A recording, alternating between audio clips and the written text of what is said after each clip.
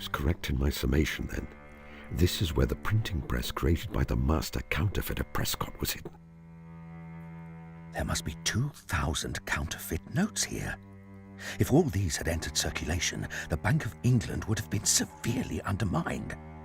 Now we only have to wait and catch the bird returning to its nest.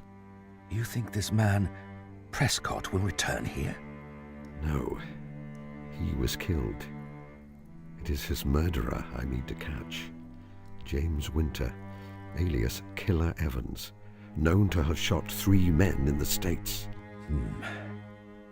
Well, if our Wild West friend tries to live up to his nickname, I will be ready for him. I have my revolver. Good old Watson.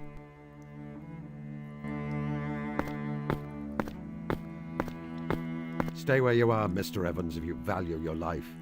You have a gun trained on you, and Scotland Yard will be with us in a few moments. I would advise surrender. Well, well. I guess you've been one too many for me, Mr. Holmes. Saw through my game, I suppose, and played me for a sucker from the first. Well, sir, I hand it to you. You have me beat, and... Watson! You're not hurt, Watson. For God's sake, say that you are not hurt. It's nothing, Holmes. It's merely a scratch. Examine for yourself. It's just a flesh wound on my thigh. You're right. It is quite superficial. Is Killer Evans? Yes. A clear case of self-defense on your part, dear fellow. Perhaps it is just as well that it should end this way. If he had killed you, I would not have let him get out of this room alive.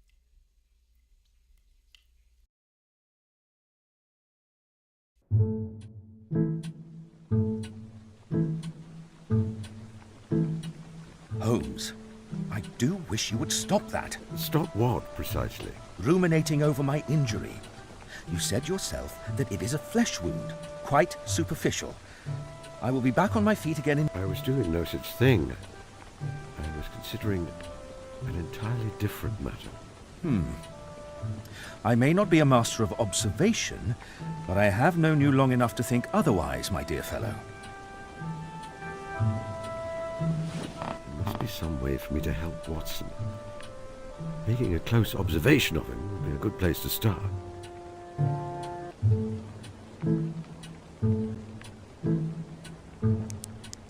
It is my practice to keep my unread correspondence firmly secured to the mantelpiece with a jackknife.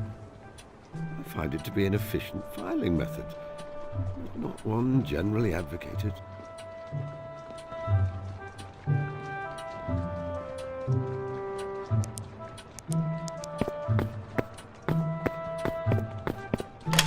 I can use the telephone to call my brother Mycroft.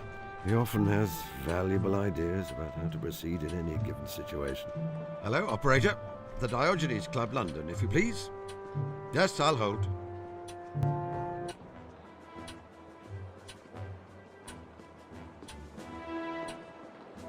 My dear Sherlock, how can I be of assistance?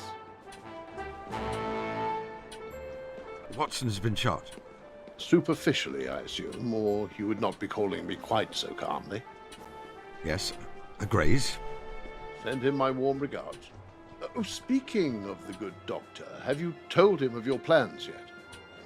It seems to me that it would be a sensible idea not to delay too long. Perhaps you can give me some advice.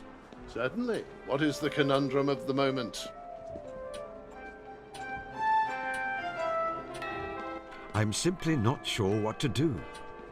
It seems to me that caring for your injured friend is likely to be a primary concern. Why don't you stay in your sitting room and examine him and your surroundings in order to discover how best to help him? Do you have any particular pointers for things to look out for? Can you see evidence of him having eaten lately? What is his appearance like? Perhaps you should examine all facets of him very closely. I feel you need little prompting from me to do that.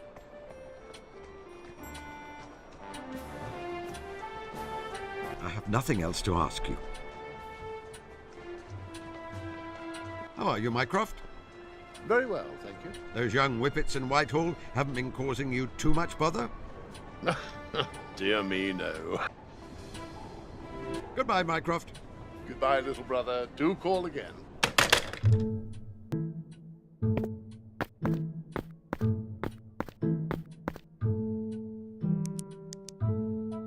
My intimate companion and biographer, Dr. John H. Watson. Shall we see what can be observed about him? I should visit my brain attic afterwards to see what deductions can be made based on my findings. It is a yellowback novel entitled The Lady Detective Makes It Right. There's a picture of a young lady examining a footprint on the front, an advertisement extolling the virtues of cocoa on the back. His look of concentration is occasionally interrupted by him wetting his lips and clearing his throat slightly. I have just observed something important. I should enter my brain attic later in order to see if I can make any deductions.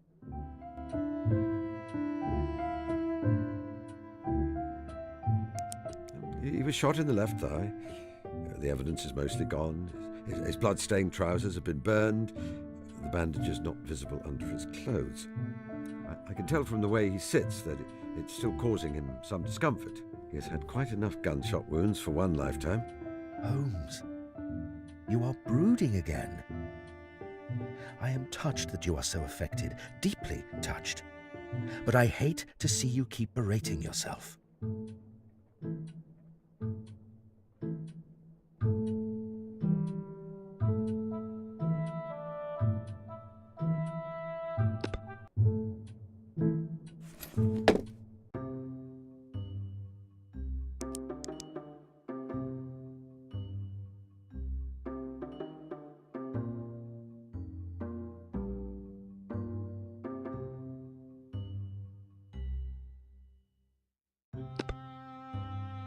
Watson has eaten the curry, and now he is clearing his throat often and licking his lips.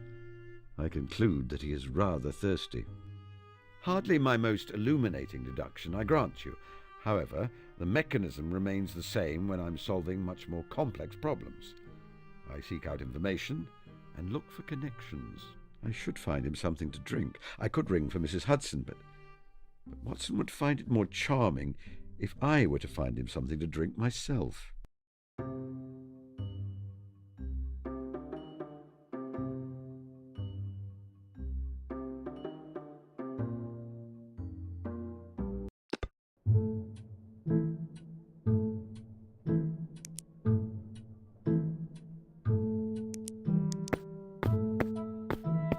This is Watson's gasogene. It is quite a clever device. The two chemicals react, producing carbon dioxide. For some reason, he prefers... There are usually some glasses here, but they are absent. I will have to... Aha, yes, I shall take the beaker.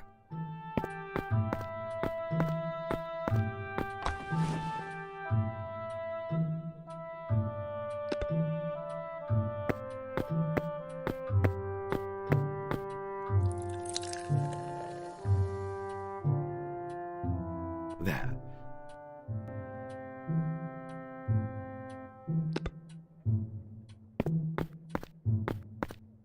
Here you are, my dear fellow. You seem to be thirsty after your curried lamb. Apologies for the container. Mrs. Hudson seems to have purloined all our glasses. It is clean, I assure you. Thank you, Holmes. You are right. I am thirstier than I realized. I will trust that you have avoided cross-contamination when it comes to your scientific equipment, and that this is not an attempt to poison me. Well, I've done that for him at least. Perhaps I should stop delaying. There's something important I need to speak to him about.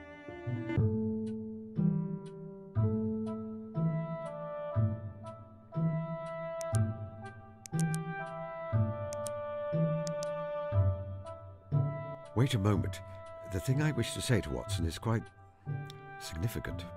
Am I ready to take this step? Watson, we must discuss something important. Earlier, you presumed that I was berating myself for allowing you to come to harm. While my thoughts have turned that way often, ever since you were injured, it was not what I was thinking in that moment. Rather, I was trying to decide how to share some important news with you. I have decided to retire. Retire? Yes, to sequester myself away on the farm of my dreams. I have a notion to take up beekeeping. Give up your detective work? Surely not. You are simply upset because I was hurt. In a week or two...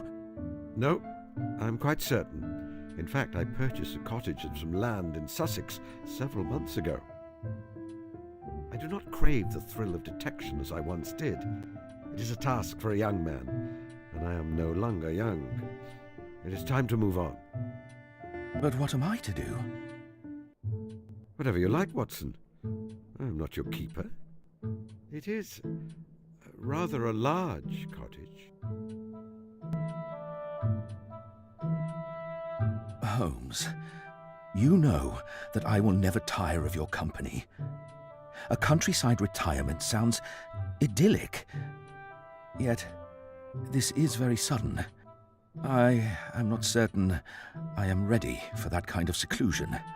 I still have a few decades' worth of a perfectly respectable medical career ahead of me, and people here who rely on me.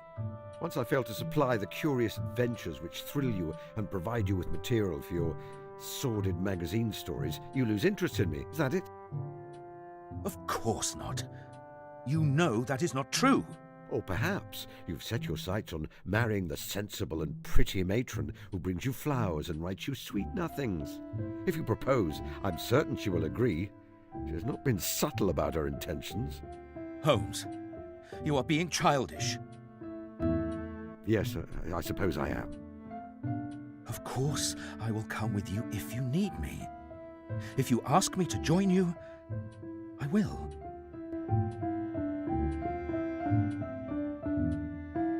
No, I cannot ask that of you. You are loyal and true to a fault, my dear, dear Watson, and I am certain that you would give up your passions to join me in mine. If you did, a seed of resentment would be sown which might drive us apart in the end. I could not endure that. It seems that we are being drawn along different paths then. Yes, Strange, isn't it? yes, very strange. They were wonderful years, weren't they? I loved every moment. Watson, they were glorious. We were glorious. You won't vanish on me, will you, Holmes? You won't simply disappear without telling me you were going. I could not bear that. No, I think I have a little more sense these days than to engage in those kinds of theatrics. Should you need me, Watson, you will find me in Sussex, keeping bees and reading philosophy. And you will always be very, very welcome.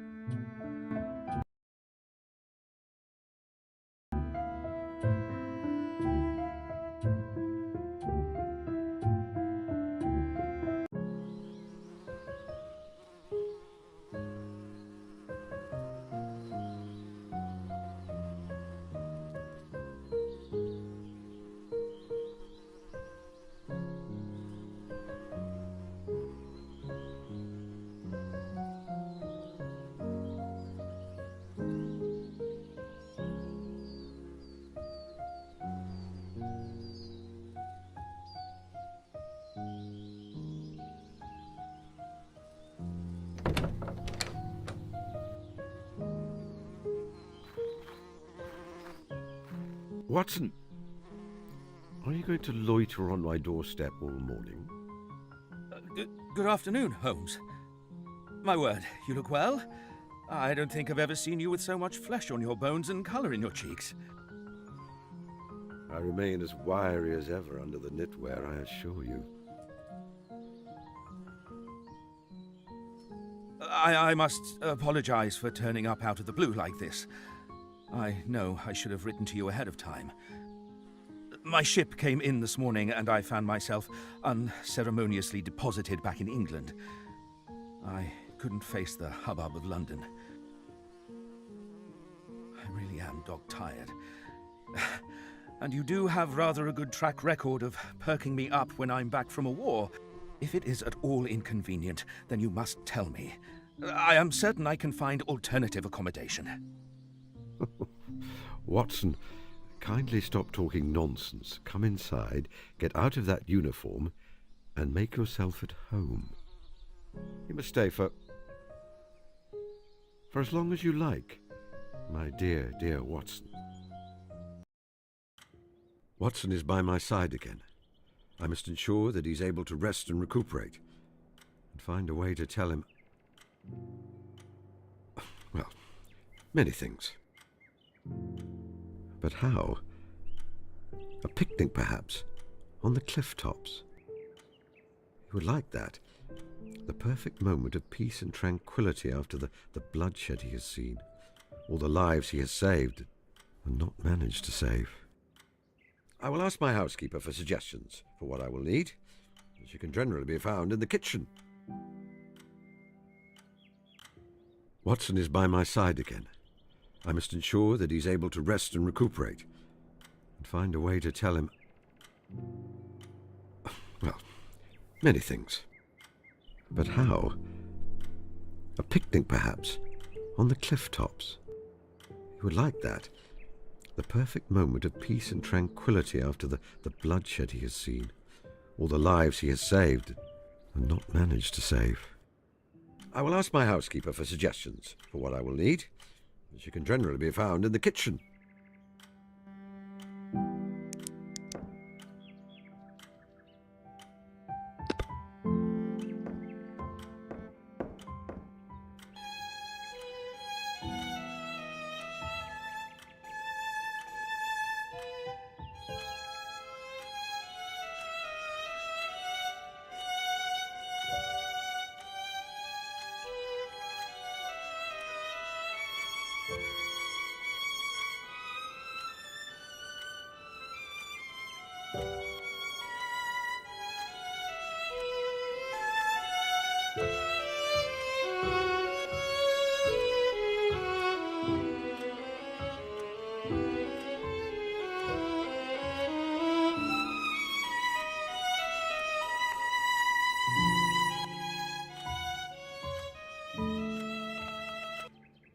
Well, I think they enjoyed the concert.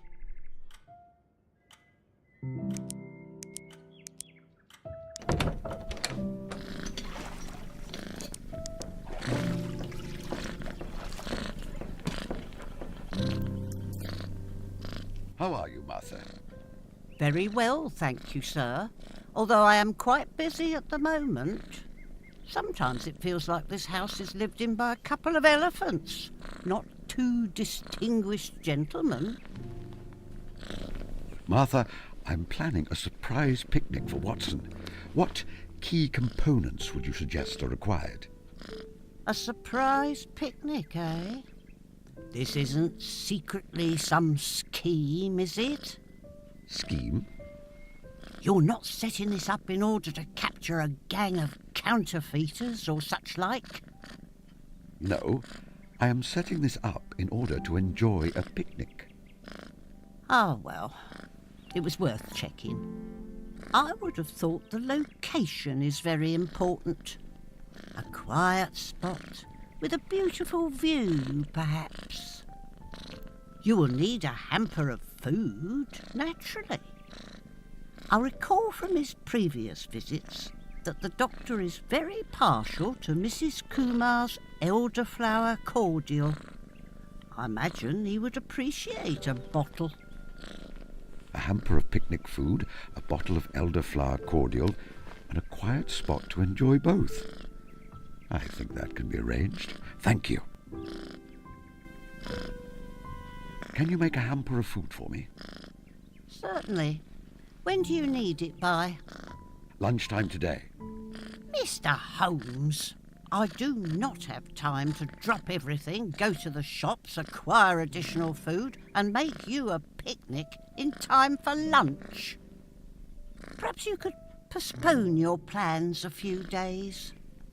No, Martha, no. It is vital, it is paramount that I will arrange the picnic hamper myself.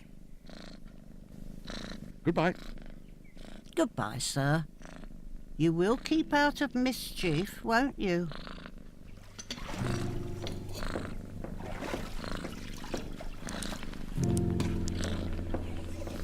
May I take this, Martha? I may need it to exhume a body. Of course, Mr. Holmes. It doesn't belong in my nice, clean kitchen in the first place. Did you say exhume a body? Goodbye, Martha.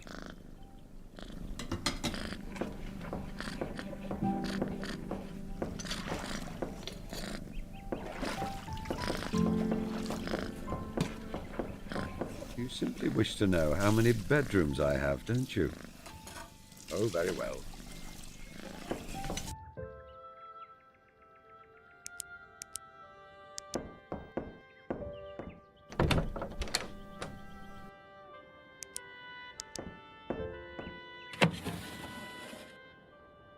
Let me see. There is old chemistry equipment, some pliers, some string. Aha! My lock-picking tools. These are always useful.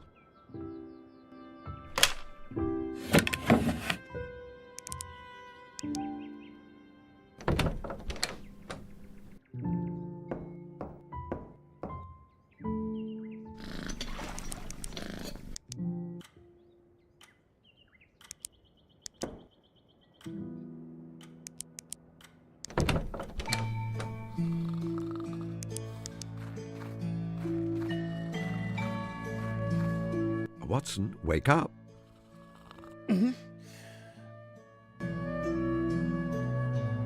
How are you feeling, Watson? Very well, thank you. Your old war wound is not bothering you? No. I think this warm weather is good for it. What about you, Holmes? Your arthritis? Arthritis?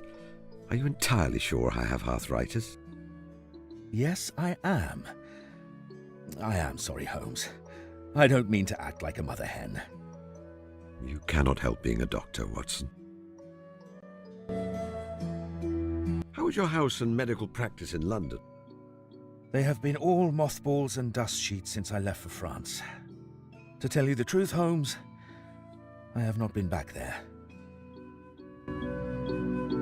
Goodbye, Watson. Goodbye, Holmes. Hello, Master. Follow me, Toby. Of course, Master. Will there be interesting things to smell? Cats to woof at?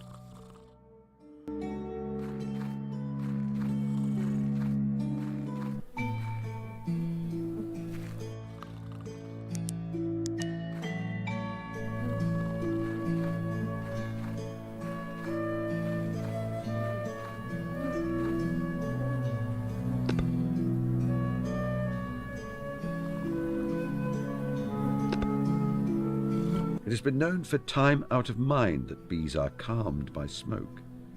The precise mechanism is a matter of hot debate in apian circles.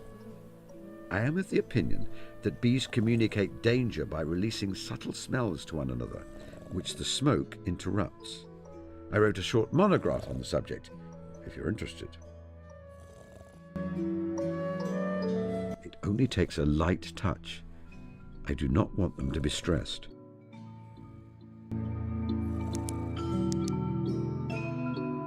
There is a full tray of excess honey here. I will take it with me.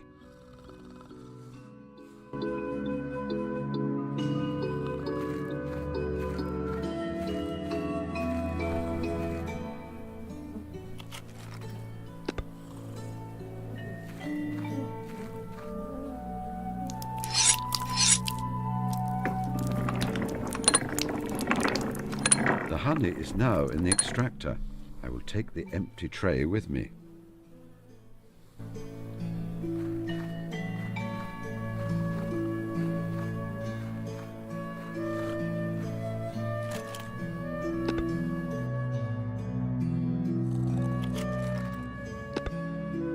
put this back in the hive. There you are, my friends.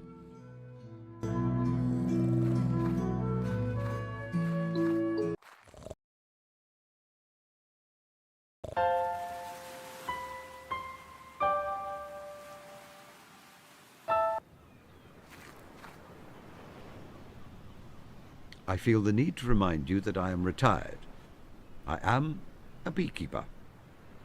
Grotesque happenings are not my personal concern. As an ordinary citizen, I should leave investigative matters to the police. Let's have a look, shall we?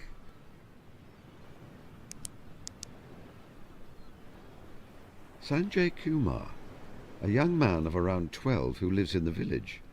We have not talked much, but I found him watching me while I tend to my bees. At a distance, with binoculars. The knife has been sawn off at the end and blunted, so that it may appear to be thrust into the boy's chest. This is a very old trick. Mycroft played it on me once.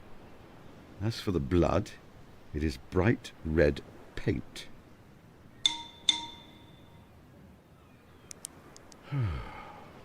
A familiar shade of red buckram, and I see the top of the first line of the title. The Adventures of Sherlock Holmes by Dr. John H. Watson, I believe. He is very obviously breathing, quite heavily in fact.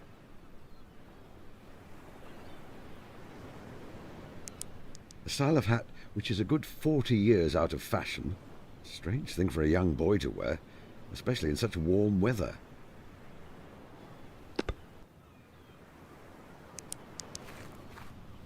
They are very light, shallow footprints for the size. The gait is strange, without much weight on the heel.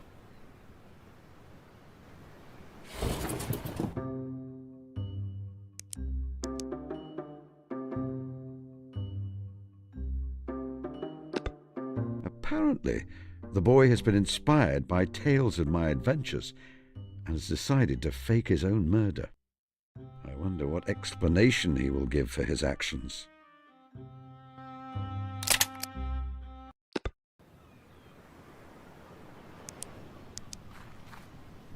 Young man, can you hear me? What are you doing, young man?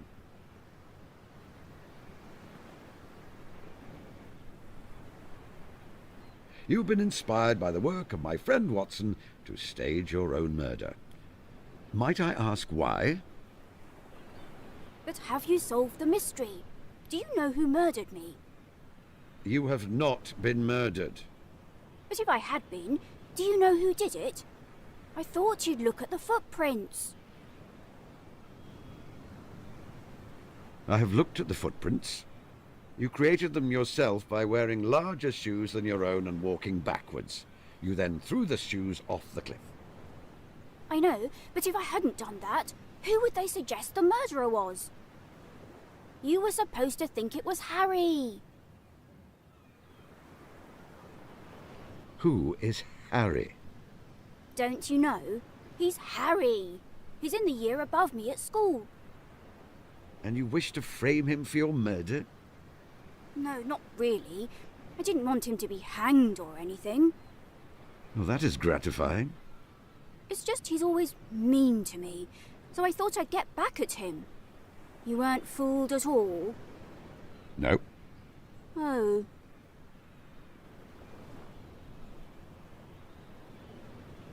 I'm afraid you made several elementary errors in your scheme. In future, you may want to add a slight amount of blue dye to your fake blood, and perhaps cornflour to make it more viscous. You should have become more adept at hiding your breathing and found some way to prevent me getting close to you. I am no doctor, and my eyesight is poor, but at close quarters I can tell a healthy boy from a corpse. Oh. Right. Of course. I've been stupid, haven't I?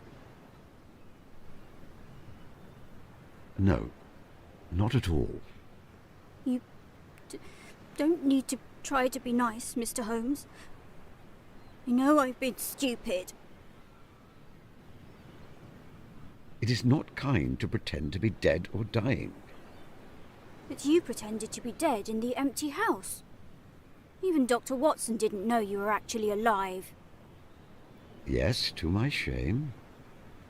And you pretended to be dying in the adventure of the dying detective. Watson thought you were going to die of a horrible tropical disease. It seemed necessary at the time. And you exaggerated your injuries in the illustrious client. When he heard, Watson ran to Baker Street, scared you had died. And you faked having a fainting fit in the Reigate Squires. You'd been ill before that, so Watson thought you'd relapsed. And you faked having a sprained ankle in the Priory School. I have done many things in my life which I regret, and which you should not try to emulate. Besides, Watson exaggerates sometimes. You mean it didn't really happen like that? Watson wrote them as stories for entertainment, not factual accounts. Oh. Of course. I mean, I knew that. I'm sorry I bothered you, Mr. Holmes.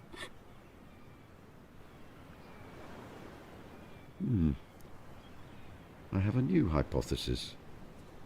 That I am a nasty, misanthropic old man who breaks young boys' dreams.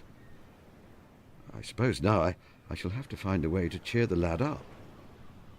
It is the right thing to do, but also that his mother will let me have some elderflower cordial. A raucous crowd is utterly ruining both the pleasant view and the peaceful atmosphere.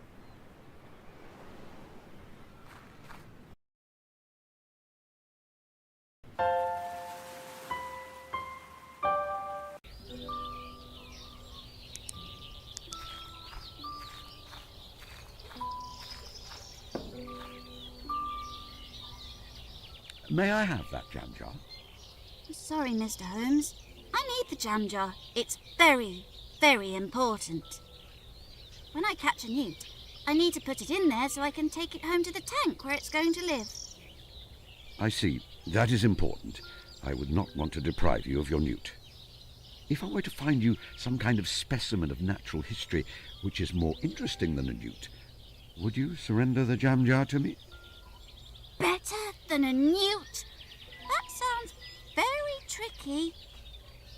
I enjoy a challenge. You're on. What are you doing? I'm catching newts. Naturally. Goodbye. Goodbye, Mr. Holmes. Miss Tilda, my young neighbour. Her flower crown is made from the yellow yarrow which grows to the north of my cottage. The stains on her dress are characteristic of the meadow to the north of my cottage.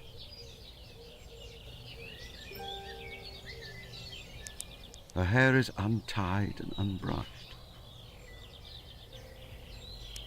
The dirt under the fingernails suggests she has been digging. There are no calluses of the kind I would associate with daily piano practice.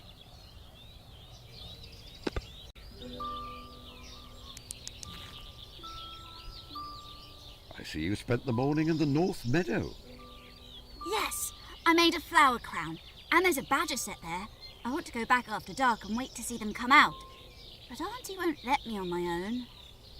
Perhaps you would permit me to take you, if you do not object to the presence of an old man who's not quite as adept at crouching in the dark for hours as he used to be. Oh, that would be wonderful, Mr. Holmes. Mr. Holmes? Yes, Miss Tilda. Are you magic? No. As I think we have discussed before, I simply make deductions based on observations. I don't know. I still think you might be magic. You have been neglecting your piano practice. Someone who practices the piano daily develops a very distinctive musculature in their hands, which you do not have. I don't like playing the smelly old piano. I want to study plants and animals when I grow up, not be a musician. I felt the same way as a boy. All the same, it is good to be able to play an instrument. I think you will be pleased if you persevere. Goodbye. Goodbye, Mr. Holmes. I wanted to apologize to you, Sanjay. You put a great deal of thought and effort into staging your murder on the cliff tops for my benefit, and I was not appreciative. Oh, that's all right, Mr. Holmes. I'm not upset anymore. You're not? No. See, I thought about it, and it's just like what you said to Watson in The Adventure of the Solitary Cyclist.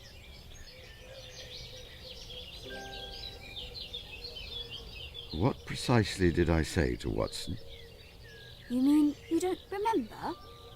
I have said a great deal of things to Watson over the past 5 decades. You sent him off to do some investigating on his own, and when he got back, he was hoping you'd congratulate him on doing so well. But instead you said he'd done remarkably badly, and he was sad. Oh, yes. I suppose perhaps I did do that.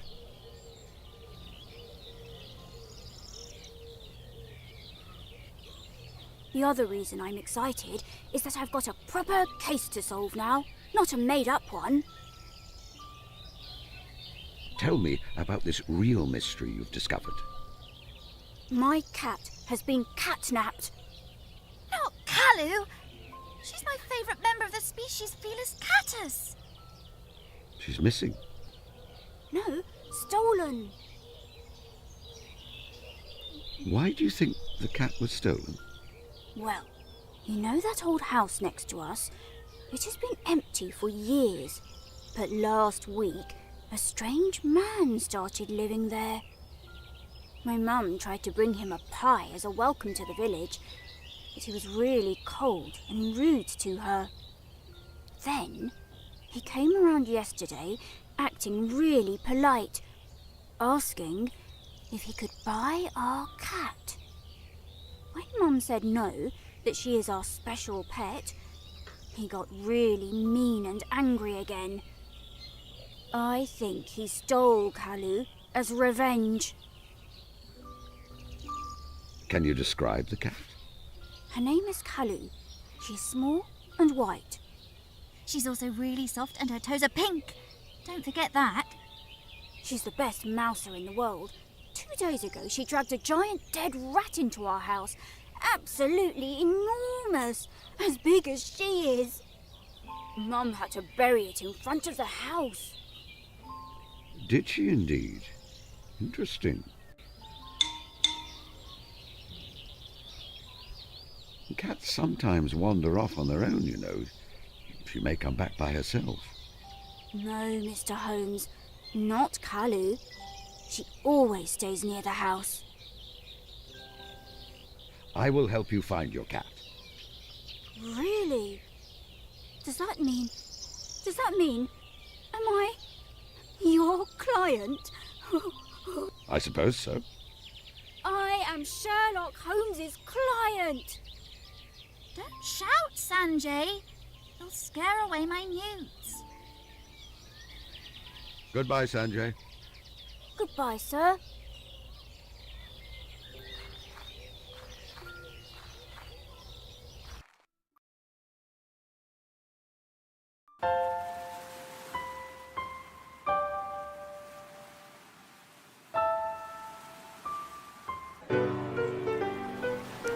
Our local village bobby, Constable Webber.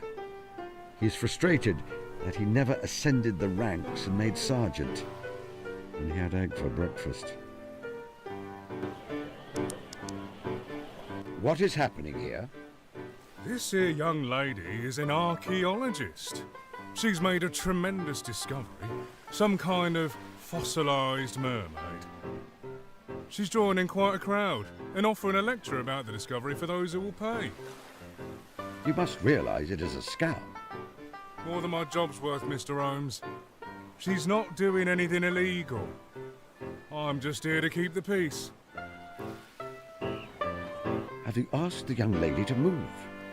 Unless I find out she's done something illegal, I can't shift her, Mr. Holmes. Goodbye. Goodbye, Mr. Holmes. A journalist, I believe. Good morning. Are you enjoying your visit to our little town? It's lovely. What a wonderful view of the sea. If only I'd come with my husband and not just for work. I don't suppose you've heard any news from London? None at all. I've been so busy. Haven't seen a newspaper in days.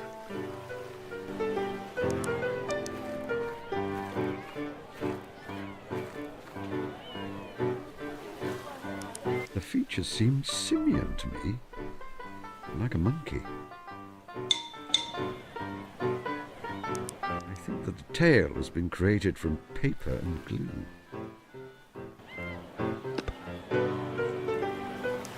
She is young, I would say around 20, very muscular, perhaps of Italian descent. She has the people enthralled.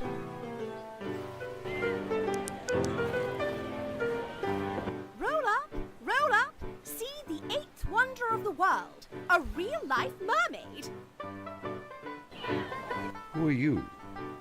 Professor P.P. Ritchie, M.A., Oxon, RSI, award-winning archaeologist and adventurer. And how did you unearth this mermaid? Through clever deductive reasoning based on my knowledge of geological processes. Would you perhaps be able to name for me a geological process? Photosynthesis. I thought so. Where do you hold a professorship? Shrewsbury College, Camford. You made the mermaid by sewing together a monkey and a fish. No, I didn't. Indeed you did. Didn't. You did. Didn't. It is blatantly obvious you did to anyone with eyes. No. What awards have you won? Oh, Victoria Cross, Nobel Peace Prize. You have not. This is all very verifiable information. All I have to do is send a few telegrams. Send away, my man, send away. I expect by the time you have your answers, I will have moved on with a pocket full of coins. You refuse to leave the beach. Not until I have satisfied my public, sir. You are a scam artist. No, I'm not. You are. I can prove that you are. The mermaid is made from multiple animals which have been artificially stitched together and augmented with sugar paste and papier-mâché. It is not even a cunning trick. It is entirely transparent. Look, mister, people see what they want to see. You can point out to them all day that the mermaid is fake, but they won't accept it. They want to believe my fantasy. And there lies the folly of humanity which frustrates me the most. There is wonder enough in nature without making up wonders. Each of my beehives is more miraculous than your mermaid by far. Indeed, even a simple rose. Not going to make me money, though, are they? Roll up! Roll up! Goodbye. Toodle pip! This stylish young gentleman has a very fastidious valet, with whom he has minor disagreements regarding sartorial matters. An elegant young couple. Seen them in the village, but do not know their names. I feel it is likely they moved to the seaside for the good of his health. He's been unwell in the last few years.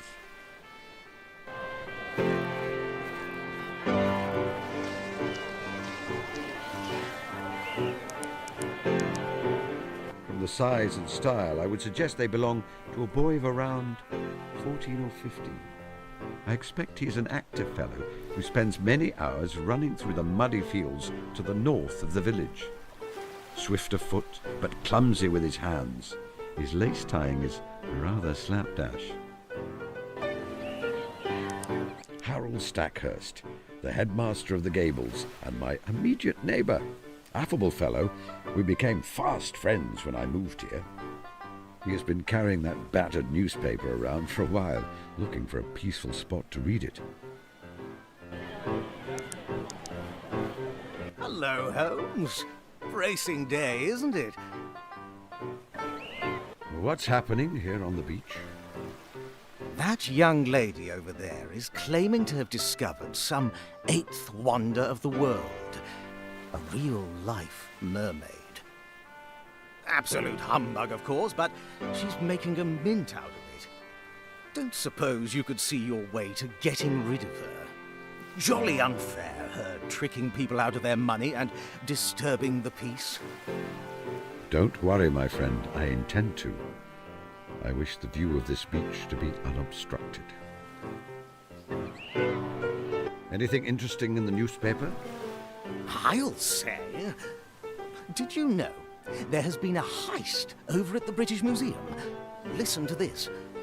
A number of valuable specimens of taxidermy belonging to the British Museum still remain missing, a week after disappearing during their transfer from Montague House, Bloomsbury, to the new site in South Kensington.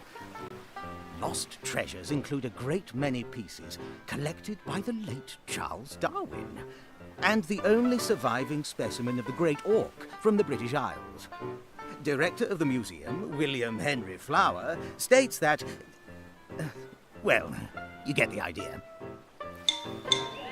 Indeed I do. I expect that Scotland Yard are having quite the time sorting out the mess. Do you ever miss being involved in that sort of thing? Yes, sometimes.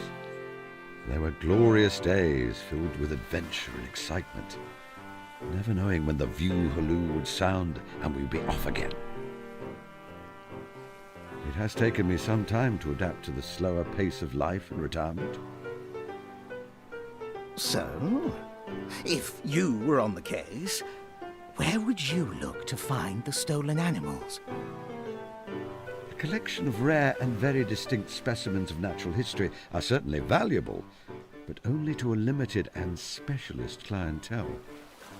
I expect the thief will have found somewhere to store the collection until the police have lost their scent and they're able to find multiple buyers to ensure the collection is split up. Would you like to come over for dinner? You know my friend Watson is staying with me. Drop in on us when you have time, won't you? Of course, old man. I have a wild idea for an excursion we could undertake next week. Oh? The Picture Palace in Eastbourne is showing a film, Trent's Last Case. A mystery. What do you say? Could be a bit of a wheeze, what? Watson would appreciate it, and I expect he will urge me to come along as well. I know you too well, my friend. That is your way of saying that you would like to come just as much. How is the Gables? Oh, jolly good. Of course, the boys are all home for the summer at the moment, so it's all planning. I have doubts about the new English master I hired. He's entirely green around the gills. Still, we were all young once, what? You haven't thought of retiring? No. I live to teach. Whatever would I do if I retired? Why do you wear a monocle? I've always wondered, since you clearly have perfect eyesight. I feel it gives me a sense of authority. If you wear a monocle, people assume you must be someone important. Goodbye, Stackhurst. Goodbye, old man. Give my regards to the doctor.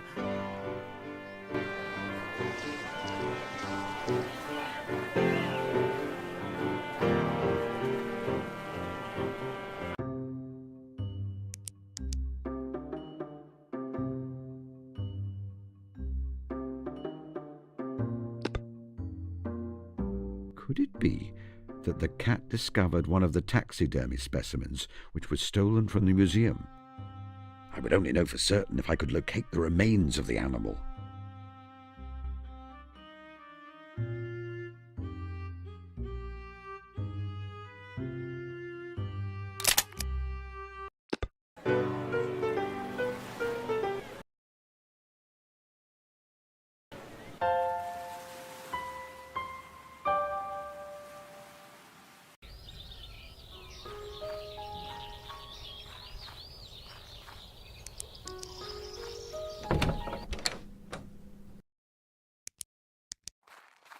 Mr. Holmes, my boy is very upset with you. We had a misunderstanding. I will make it right. I must apologize for upsetting your son.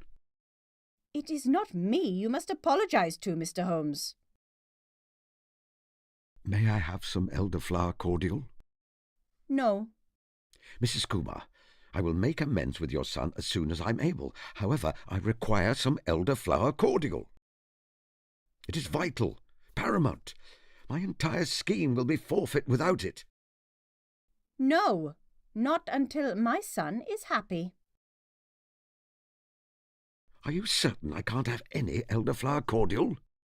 No, Mr. Holmes. The answer will be no until Sanjay is happy. Could I ask you about your missing cat?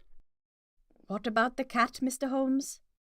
Sanjay has informed me that she is missing, and I intend to find her.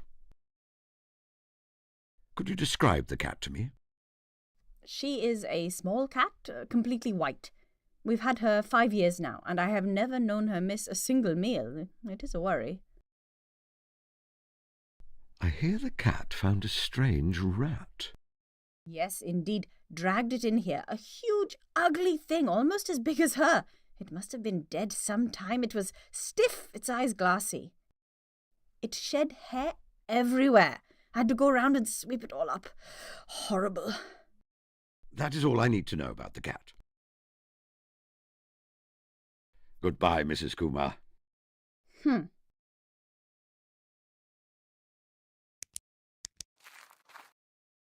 Aha, what's this in here? A large amount of coarse fur or hair. I will take a small sample with me. Mr. Holmes, why did you take that? Call it scientific curiosity, Mrs. Kumar.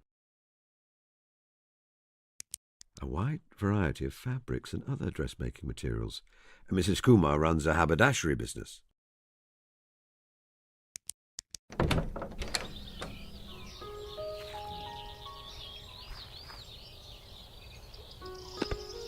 Now then, Toby, I would be much obliged if you could turn the attention of your prodigious nose to this scrap of fur. Are you able to lead me in the direction of the animal this is from? Thing to smell? Thing to smell? Let me see now. Yes, I have the scent. View halloo! The hunt is on. Halloo! Halloo! This is the spot, Master. I can smell it here.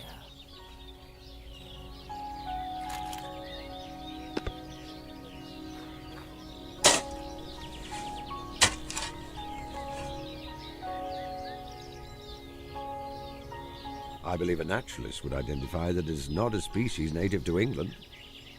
It has been taxidermized. The eyes are glass, and there is a place here where the skin is broken, revealing the wood wool inside. I will take this with me. For care? You're making me trample all over the evidence.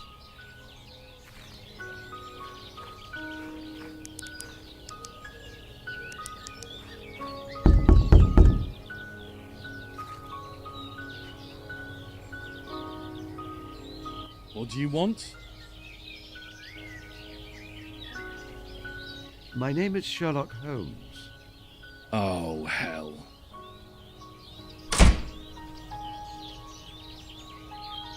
Tut! Such language!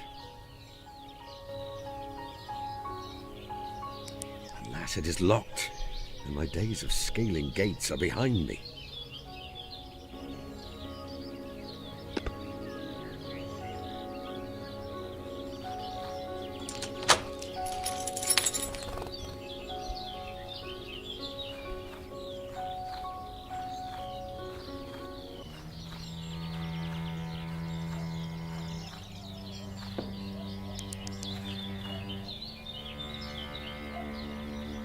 I could make quick work of it, with the right tools, and with good enough reason.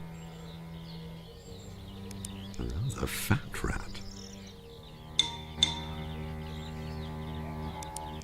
My eyesight is not what it was, but that white blur could be a cat.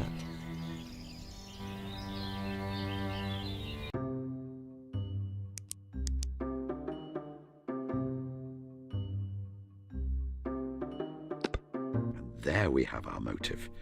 The house has an infestation of rats. The mysterious man knew that next door to his temporary abode was an animal who could remedy the situation. After his attempt to buy the cat failed, he stole it. But what is there inside the house which is proving to be such a delightful feast for the rats?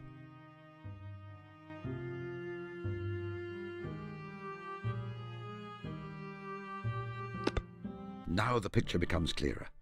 The presence of the specimen buried in front of Mrs. Kumar's house confirms that the stolen taxidermy collection is nearby. Unfortunately, our criminal's plan to keep the specimens safely stored until he was able to sell them was foiled by the infestation of rats. He did not want to leave the house to search for a solution to the problem, not while the police are on high alert. So he took the cat, hoping it would drive the rats away. I feel it is time I retrieve the cat on behalf of my client.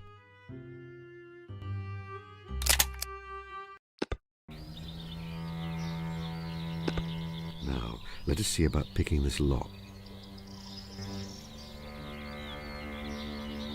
Hey, what's that?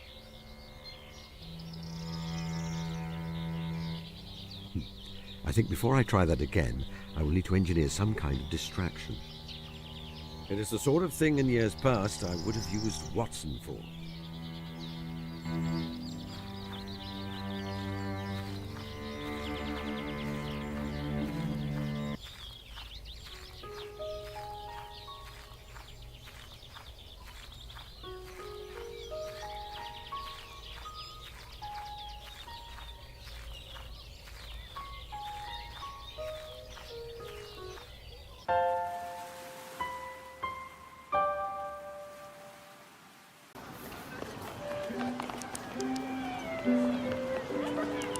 Her cheeks are sallow, her complexion is pale, she has dark skin under her eyes. All of these things, however, are the products of well-placed makeup. The nails are well cared for, save that she bites them when she is nervous.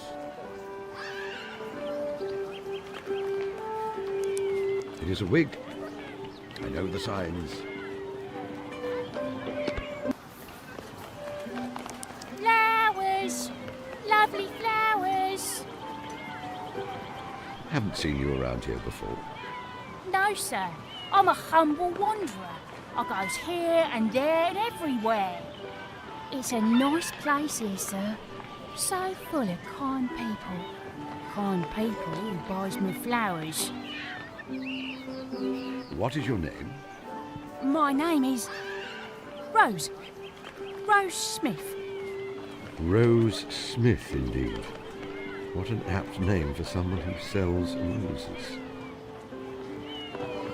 May I buy a flower? That you may, sir. Goodbye.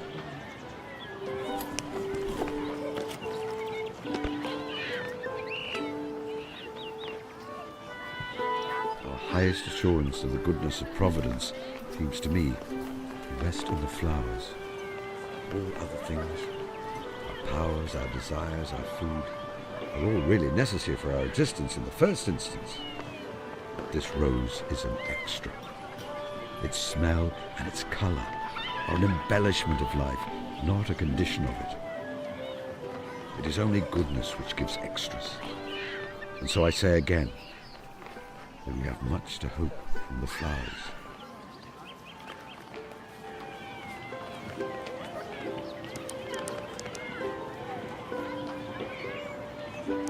It is not part of a costume.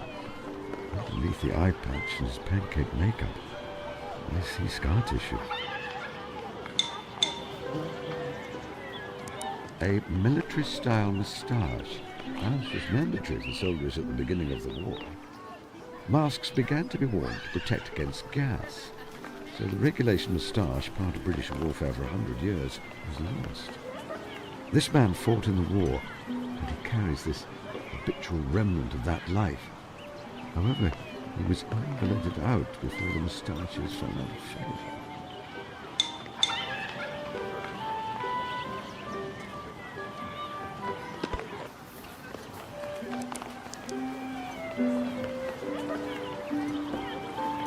Hello, hello.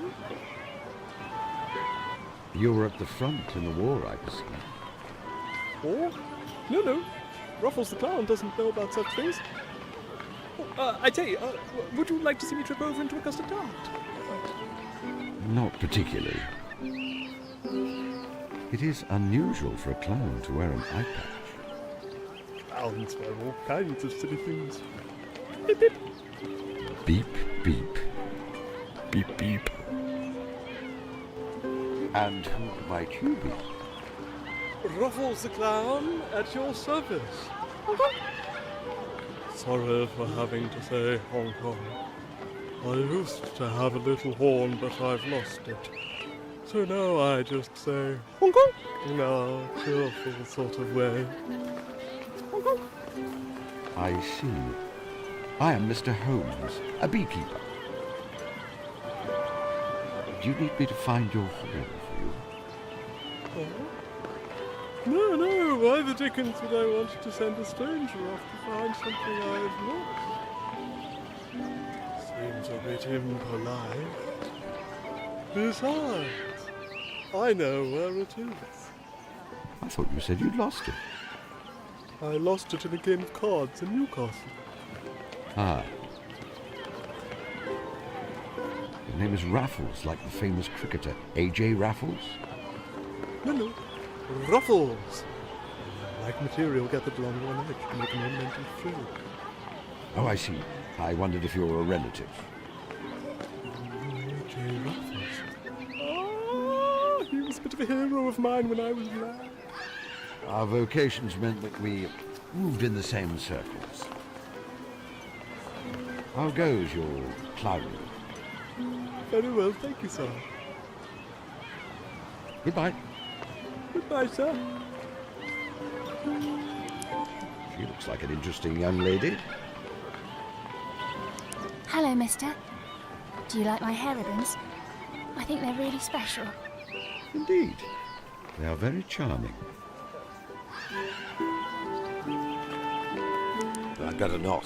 He always gets very anxious when I try to speak to him. Good morning, Mr. Holmes. You know, I've been reading the stories about you ever since I was a child. I enjoy them just as much today as I did back then. Oh, that is very gratifying. Thank you. Good morning, Mr. Holmes. Good morning. Lovely weather, isn't it? I was worried we might have rain.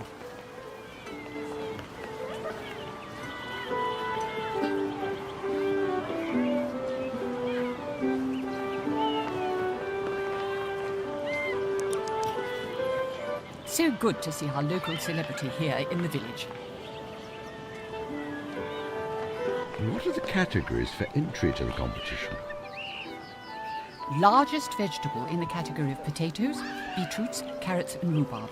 Best rose, best flowering potted plant, best cake, including a separate subcategory for Victoria sponges, best jam or fruit preserve, and best honey. I see that.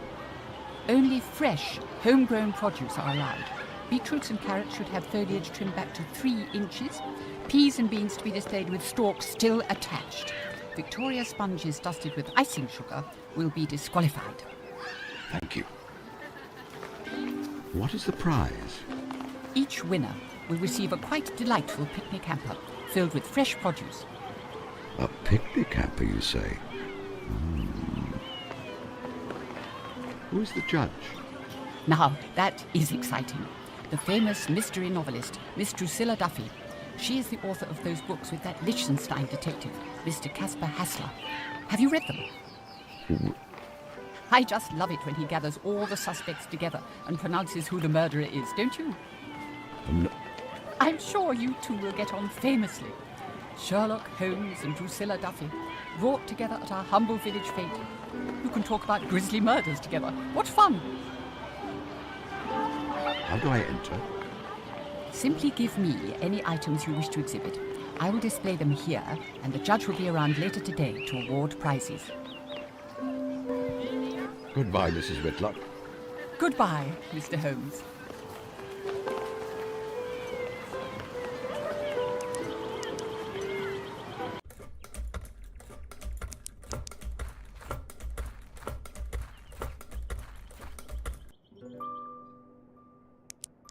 A soldier, an officer, in fact.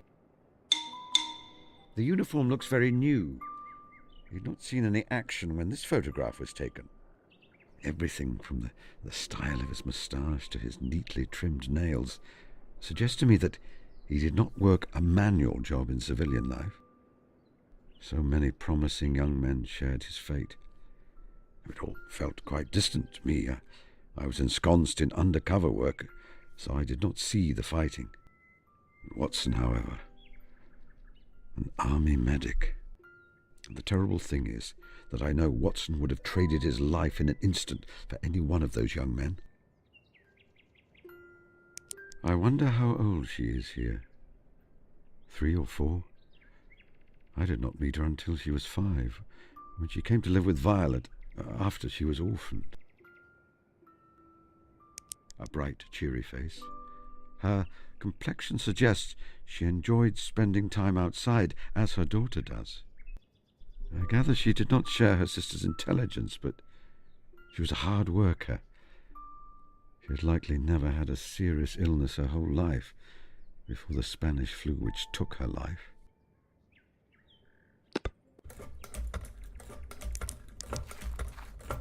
Miss Hunter? How are you, Miss Hunter? I'm well, Mr. Holmes. Catching up on all the little jobs which I'm not able to undertake during term time. The new school in Chichester is proving to be all-absorbing, then. Rather. I'm afraid the last head did not run a tight ship. I've no wonder they had to call me in. The girls are all little monsters, and the mistresses not much better. Sounds ghastly. Don't mistake me. I'm rather enjoying the challenge. For the next 4 weeks, however, I will relish spending time by myself. What are you sewing? A new walking dress. What do you think of the colour? I was always told that redheads should not wear red, and so I try to do so as often as possible. I am no expert in ladies' fashion, but it is very cheerful. You would not rather have a seamstress make it for you? Oh, no. I enjoy making clothes. I find it relaxing. In fact, you should let me make you something. All I would ask is that you bring me the material you want to use. As a spinster, I don't get the opportunity to make men's clothing. I did try once, for a neighbour. Unfortunately, he misunderstood my offer for, well, a romantic overture. Poor fellow. I had to let him down gently. You know that Watson was quite convinced that I was holding a candle for you when we first met. No. Surely not. How funny. Miss Tilda has been helping me with the bees. I know. She reports back to me all their antics. Thank you so much for how good you are with her, Mr. Holmes. It means a lot to a child when an adult takes them seriously, I think. Miss Hunter, can you tell me more about Tilda's mother and father? I suppose so. What do you want to know? How did your sister die? It was a fever, Mr. Holmes. She was always such a strong, healthy person, but it took her very quickly. It may sound overly dramatic, but I believe that her heart was broken. What was your sister like? Oh. She was wonderful, Mr. Holmes. She could make me laugh for hours and hours. She struggled terribly at school with her reading and writing, even though she was very intelligent. It left her with few options for earning a living after our parents died. You will recall I was very desperate for a good salary when we first met. It was in the knowledge that I had to support her. What was your sister's husband like? He was the genuine life and soul of every party he ever attended. Such a happy, vivacious soul. When he used to visit on leave from the army, I could see it was beginning to change him. Then again, it changed us all, didn't it? What happened to your sister's husband? He was killed in action. We received a telegram. Thank you. I have no more questions. Goodbye. Goodbye, Mr. Holmes.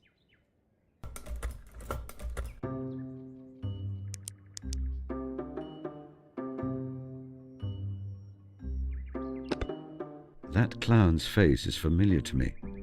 Surely it is the man in the photograph. He is Miss Tilda's father.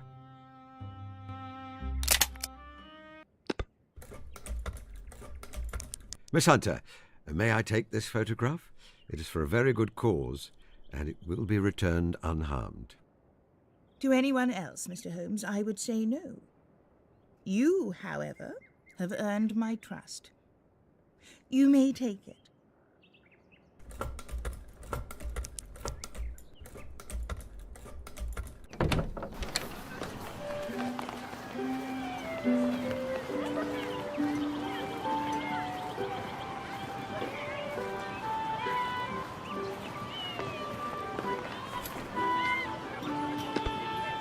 What's up? This is... Where did you get this? You are the soldier in the photograph, I believe. Yes. And the woman is my wife, Jane. And the little girl, my daughter, Tilda. I thought this was lost. I perceive that you were invalided out of the war.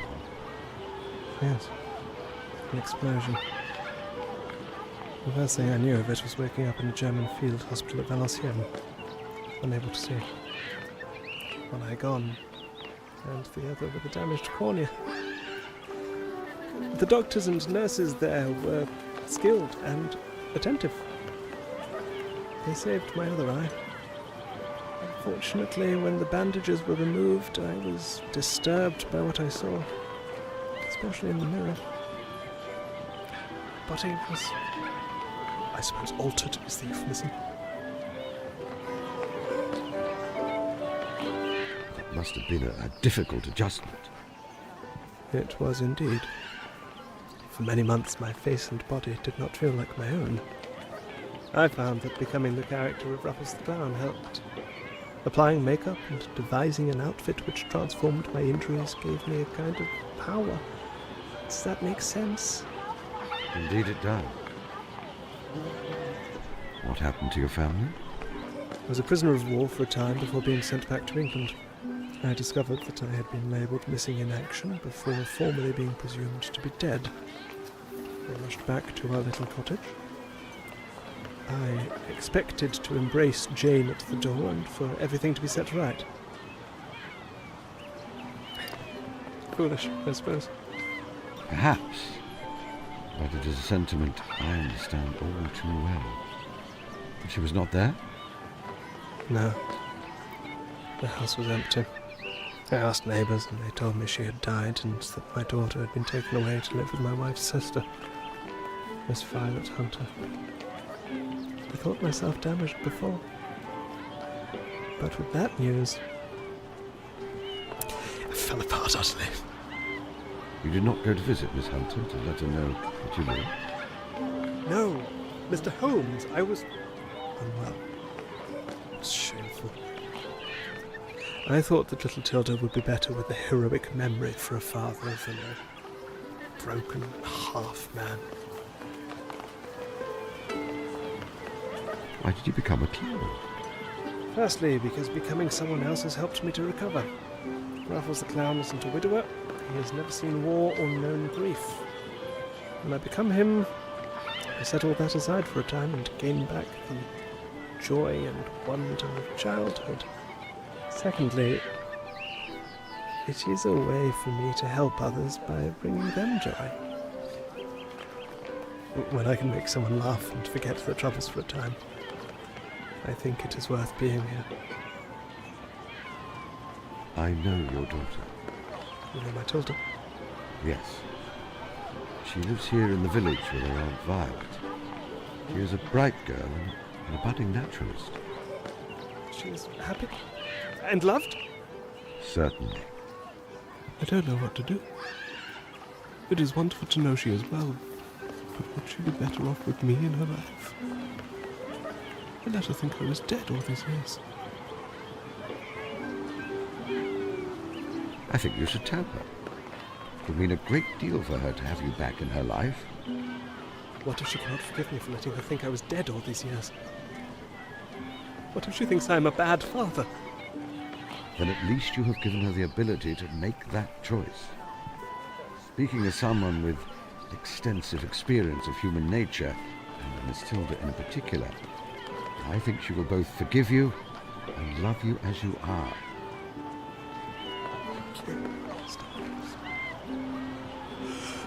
Where can I find her? Miss Violet Hunter's house is just off the market square. Miss Tilda you may find anywhere where there are interesting creatures to be studied. I'll go to her after my performance. A little girl. My little girl. May I keep the photograph? Under the circumstances, perhaps you should.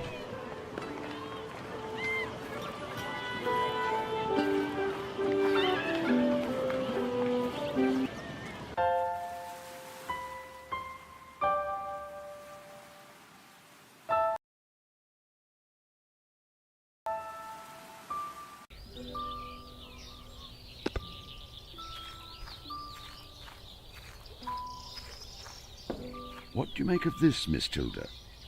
Is that a nutria? It's a nutria!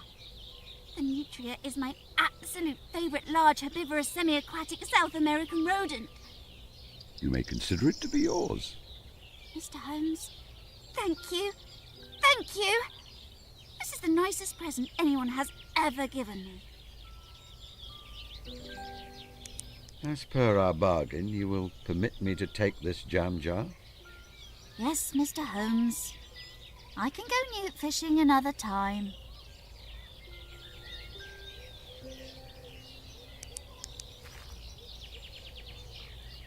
I have need of your assistance. Me? You want me to help you? Me? Help? You? Help? That is the general idea. Like the street urchins you used to get to help you. Does that make me... Am I... a Baker Street irregular? I wanted to be a Baker Street irregular my whole entire life. But I heard they were a pretty exclusive bunch. We're not on Baker Street. Aww. So I think that makes you something even more rare. The leader of a new division. The Fulworth Peculiars, perhaps. Oh, can I be a peculiar too? Naturally. However, I think that Sanjay must be the leader. Now, on to business. Sanjay, I need you to provide a distraction while I break into your neighbour's house to rescue Kalu. You mean you're so nefarious you've been forced to operate outside of the law? I will understand if you want no part of it.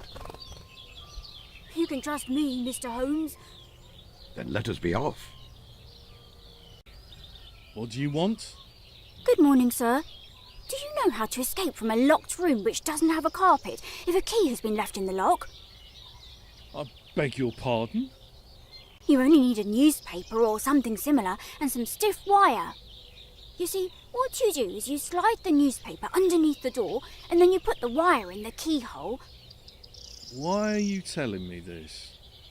I thought you might find it interesting. Useful, even. As a master criminal. What did you just call me?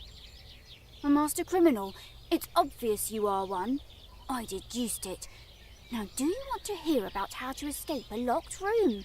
Honestly, you'll find it ever so interesting. Go on, then. All right. So what you do is...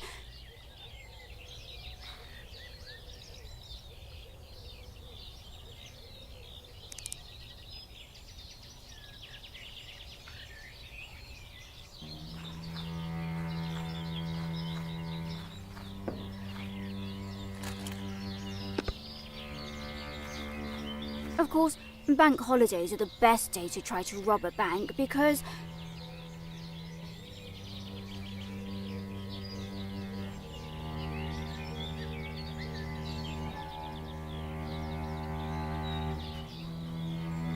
Let us see what we can find.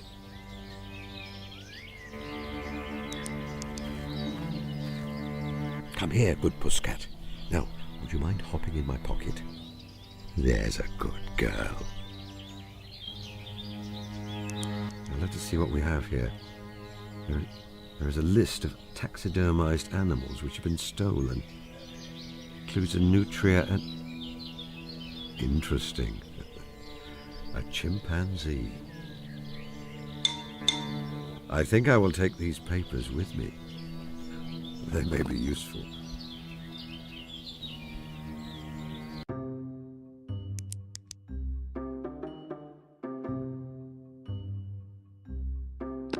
The papers I collected revealed that one of the missing specimens was a monkey, and Professor Rishi's mermaid has quite distinctly simian features.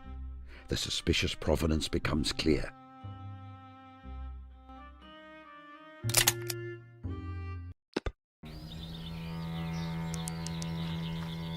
I believe I have everything I need. Let me see if I can make my exit as elegantly as I got in here.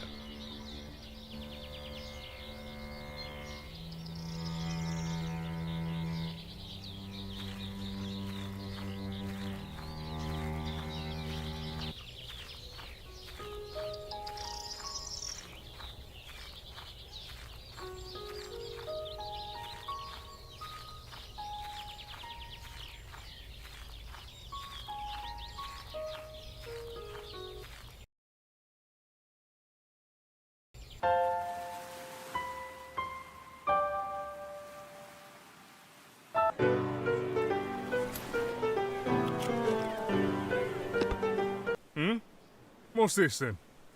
It is a selection of documents concerning the theft of a valuable taxidermy collection from the British Museum. Mr. Holmes, where did you obtain these? Oh, isn't it a fine day? So bracing. I do love the beach. Mr. Holmes, I should warn you. You have the documents. I relinquish all claim on them. No doubt an ambitious man such as yourself would find solving a case which seems to have baffled even Scotland Yard useful to his career? Well, yes. Then let us set aside their provenance for the moment. I will simply say that you may wish to pay a probing call on Mrs. Kumar's neighbour later today. He must be a keen naturalist. He has a most fascinating menagerie in his cottage. I would also draw your attention to one of the names on the list, a Miss Pippi Ricci. What? Right then, she's nicked. Miss, you just come along to the station and explain this document to me. What?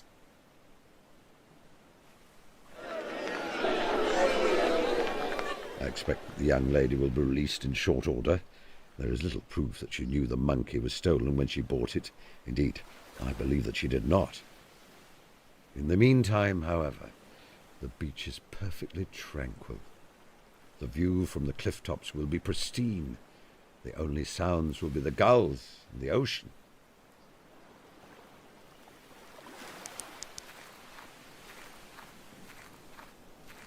It seems that the grotesque creature was left behind.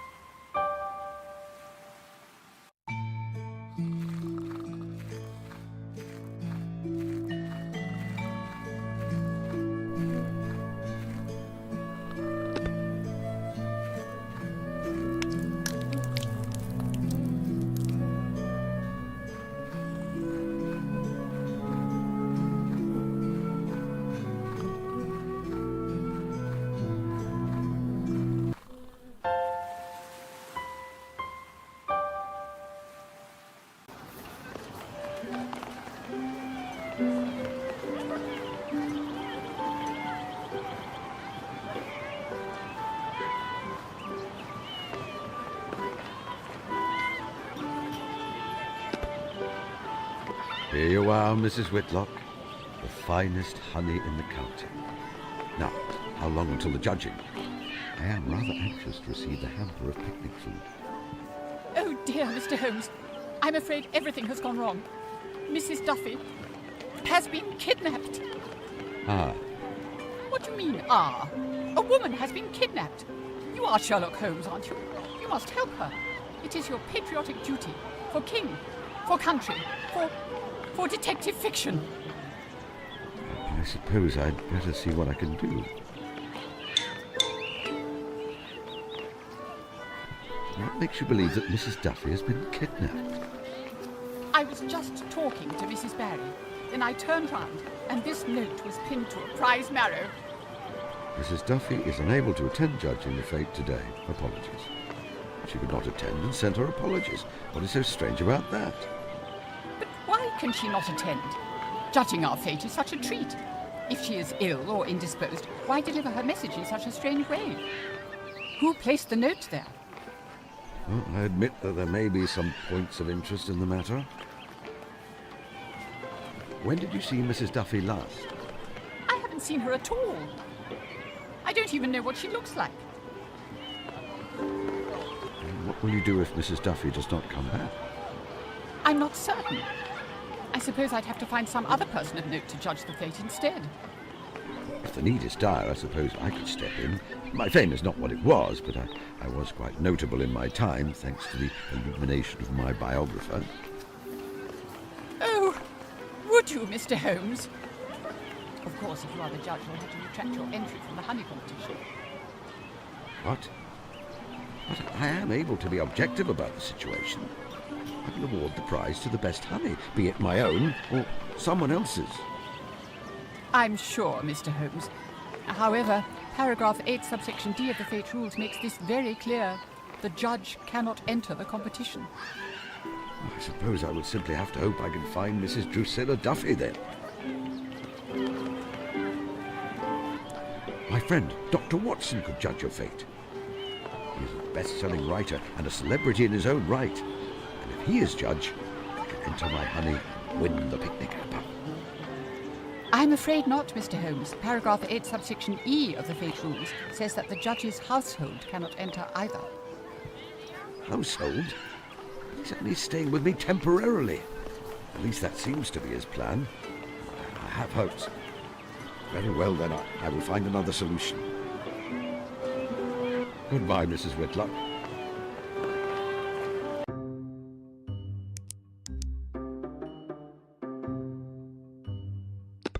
A missing mystery writer and a curious flower seller who seems to be a well-bred lady play-acting.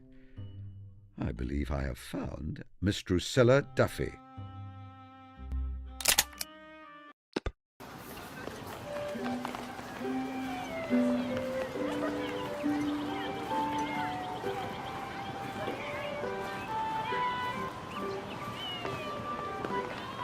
Flowers! Lovely flowers! Miss Duffy, I believe. What? No. I'm Rose. Rose Smith, the flower seller. You are Miss Duffy, the writer of popular fiction. Oh, I say that's very clever of you. However, did you know? It is all too plain, I'm afraid. Your makeup is rather slapdash, your wig is slipping, and your accent a poor approximation of Cockney. You must remember to drop your H. It is a nice place here, for example. You borrowed clothing and theatrical makeup from the clown, I presume. Bravo. Sherlock Holmes himself couldn't have done better. Oh, my blushes. That is high praise indeed. What I am less certain about is your motive for such an act. Oh, I'm researching for my next novel. In it, my detective, Caspar Hassler, is assisted by a Cockney flower girl. I'm just getting into character. Could you perhaps continue your research after judging the fate? You see, it is very important to me that I win the honey competition, and while you are here, the judging cannot take place. I'm sorry. You'll have to find someone else. Are you certain you can't judge the fate? No, I'm sorry. I need to continue my research. I think she is entirely determined.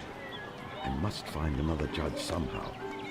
Or create one, perhaps. Goodbye.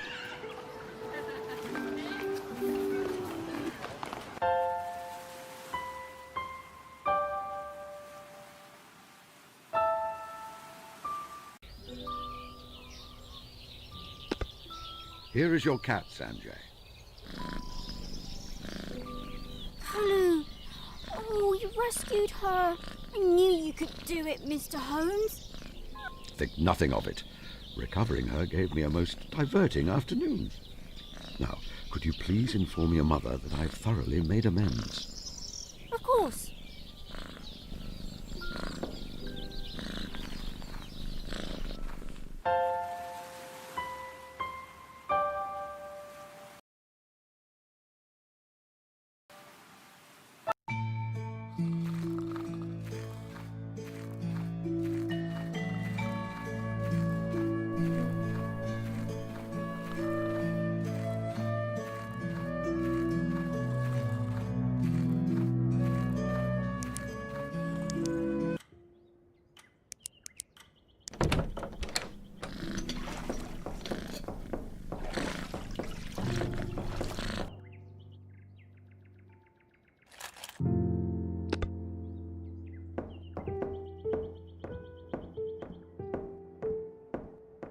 Let us see if I still have the knack. The door is unlocked now.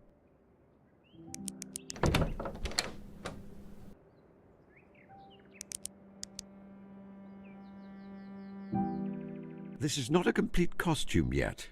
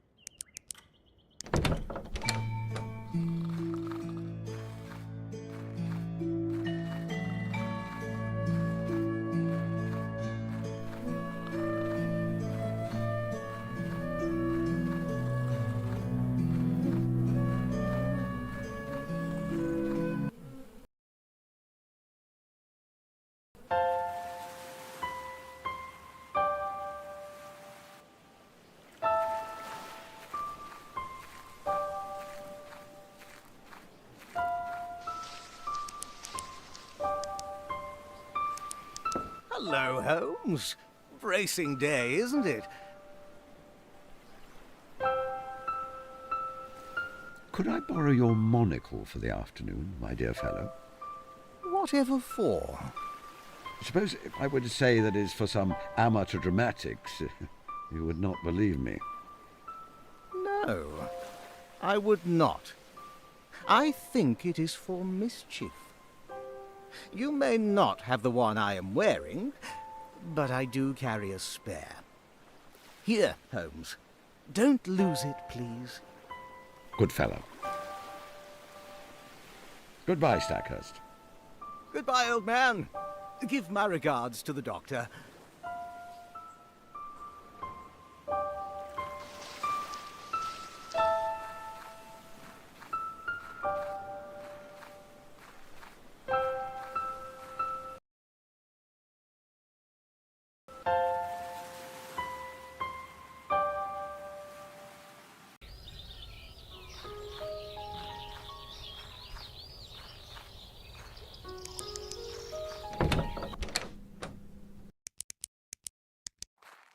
Good day, Mrs. Kumar.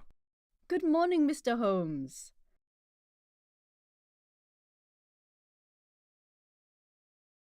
I have made things up with Sanjay. Now, about that cordial. Ah, very well, Mr. Holmes. I apologize for being so short with you earlier. Sanjay is a bright, sensitive boy, and I do not like to see him upset. I understand he has trouble from the other boys at school. Yes. They know that he is shy and a little unusual in his interests, so they make nasty jokes about him. He does not have a single friend. A lamentable situation, but not the whole truth, I feel. He is very close friends with Miss Tilda. But they never talk. That is how it is with some friendships. They might not talk, but they stay close to one another while they go about their favourite pastimes. I see. That is a comforting thought. Here, Mr. Holmes, have this elderflower cordial with my compliments. Thank you, Mrs. Kumar. May I buy some fabric from you? What colour would you like, and what length? Fabric for a lady's dress. What colour is fashionable for an older lady? Red is quite popular this season. Then I shall have red. Here you are, sir.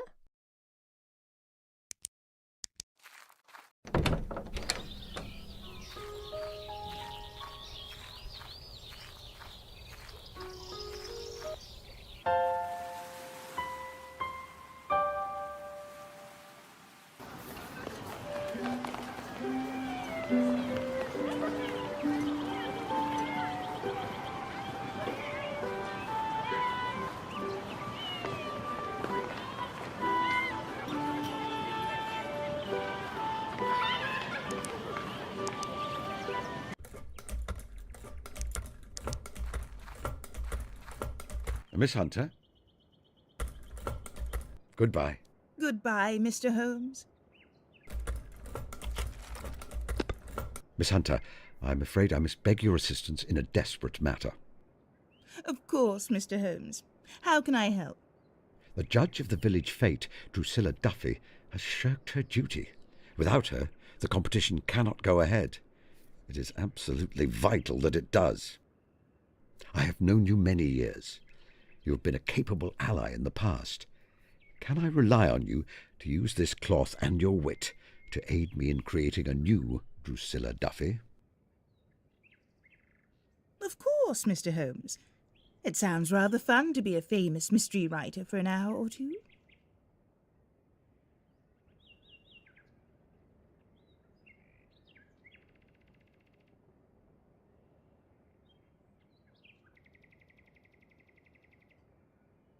It looks rather good. Very elegant. Oh, my blushes. You think so?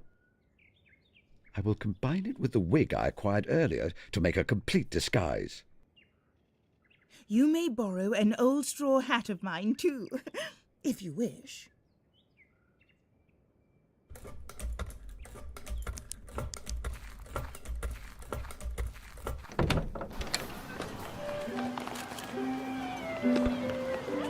One moment, please.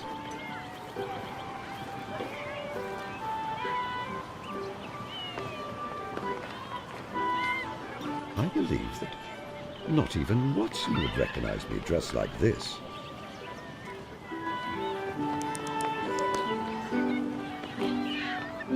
Do excuse me. I sent my apologies earlier. However, I'm now available to judge your competition. Oh, you mean to say you are... Mrs. Drusilla Duffy, indeed. May I just say, I am dearly fond of your Caspar Hassler books. I especially love 5 Deaths in a Balloon. Indeed. That was certainly one of my more improbable entries in the series.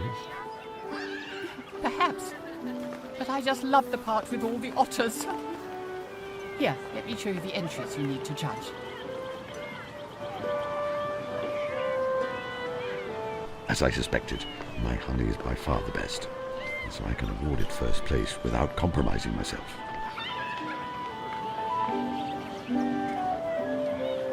Mr. Holmes will be pleased. I will have to give him his picnic hamper when I see him next.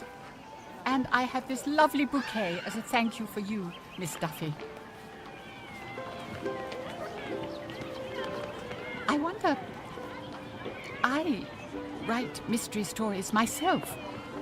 Would you care to have a look at them? Certainly. You must send them to my secretary. You have the details, correct? Yes, thank you so much. And thank you once again for judging the fate. Excuse me a moment. Mrs. Duffy?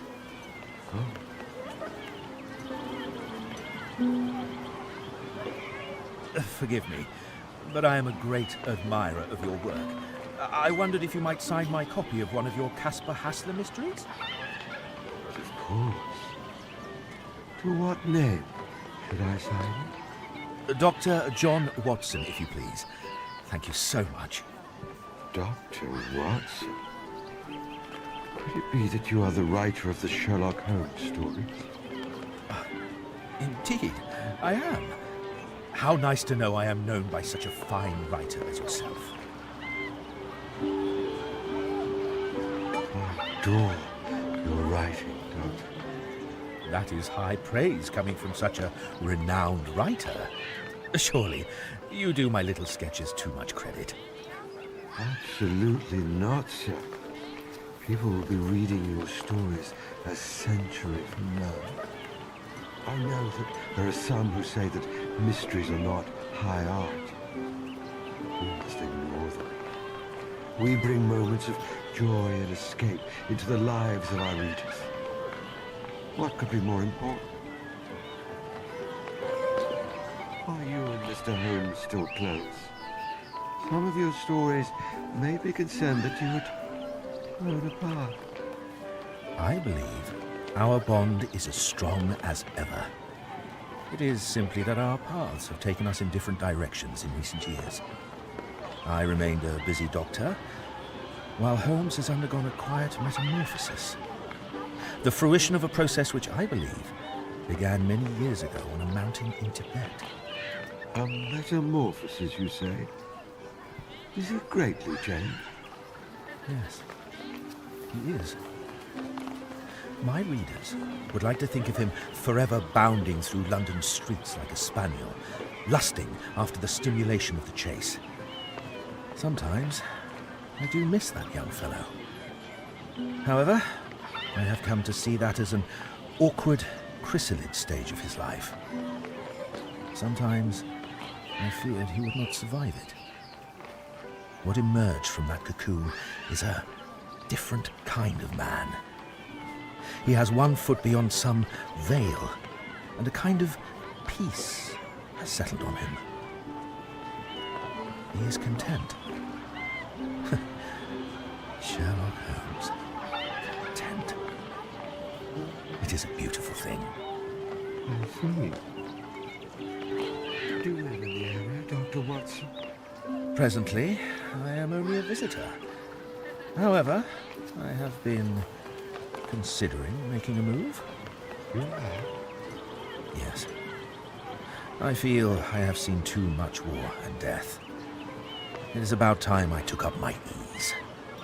It is really only a question of logistics, practical arrangements, finding a home, not wishing to intrude on another's solitude. Oh. Goodbye, Dr. Watson. I'm afraid I must be going. Goodbye, Mrs. Duffy.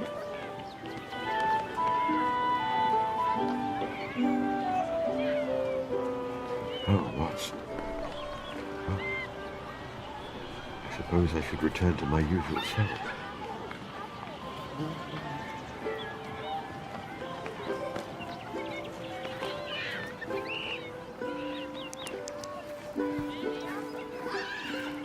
So good to see our local celebrity here in the village. I have come to collect my prize. I won the competition for the best honey, I see. You did, Mr. Holmes. What a shame you missed Miss Duffy. Here is your prize, this lovely picnic hamper. Goodbye, Mrs. Whitlock. Goodbye, Mr. Holmes.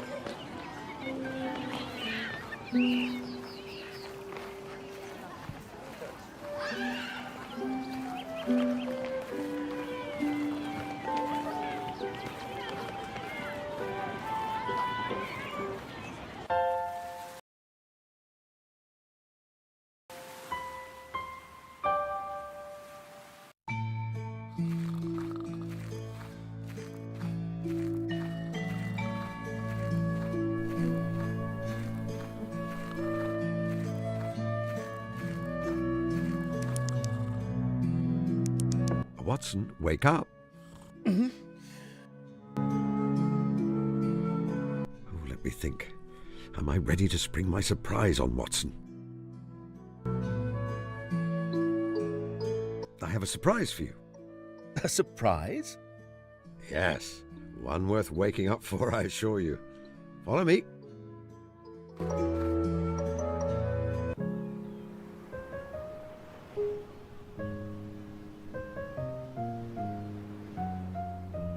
Here we are, Watson.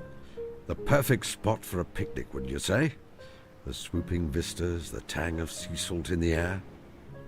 The view certainly is breathtaking. You are so fortunate to have this on your doorstep.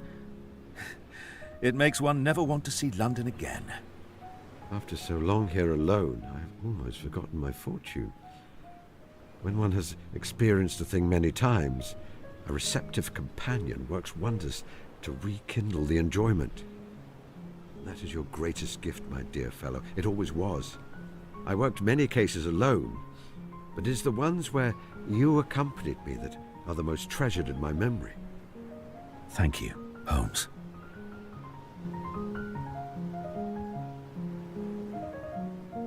Now let us see what we have in this hamper. Egg and cress sandwiches, various jams and preserves, a meat pie or two, and a rather fine pound cake. Ah, how delicious. Here is some elderflower cordial. I know it is a favourite of yours. I propose a toast to new beginnings, to sublime joy, to the tenacity of hope. I will drink to all those things, Holmes. And to you, dear fellow. I'm so very pleased you came here. It is precisely the rest cure I needed. I actually have a confession to make. Oh? I knew you were set upon mischief today, and so I followed you and observed your actions at a distance. It was not deliberate. I intended to make myself fully known to you, but it became obvious that you had some secret plan, and, well, I was curious. I am sorry, dear fellow. You followed me. I did not see you. You taught me that when you are covertly following someone, that is precisely what the person should see. Every time I returned to my house, you were there, asleep. I am no actor, but even I can feign being asleep, Holmes. Watson, you are extraordinary. Absolutely extraordinary. Oh, look at that gentleman with the little girl. The one I was surprised to see you hold so much avuncular feeling for. Father and daughter? Yes, there is no mistaking it. They are a perfectly matched pair.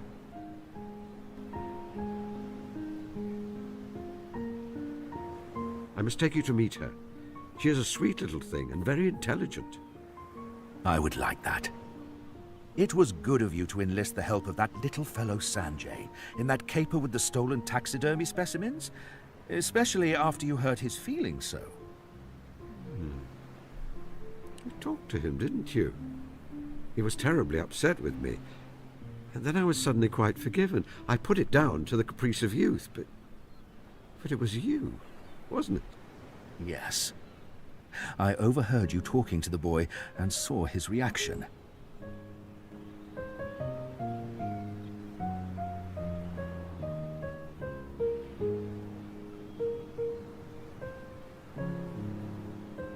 I'm pleased you proved me right.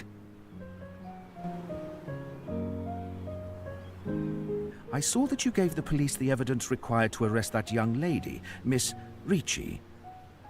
It seemed a shame. Such an intelligent, spirited girl. Oh, she will certainly wiggle out of it. Perhaps the attention from the police will prompt her to use her gift of the gab for better purposes. Why have you done all this, Holmes? The picnic, I mean. You do not act without specific reason. There is something I wanted to tell you.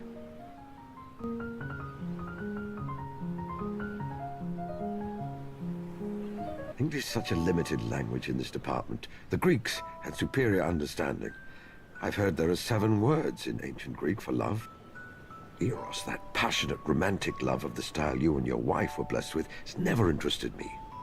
But philia, friendship, supreme affection between 2 equals, that has been a wonderful gift bestowed by you upon me. A gift we have shared, Holmes. Surely. There have been times when I have caught a glimpse of your great heart as well as your great brain, you know. But to hear you actually say it? An unexpected treasure. Worth waiting 40 years for. Thank you.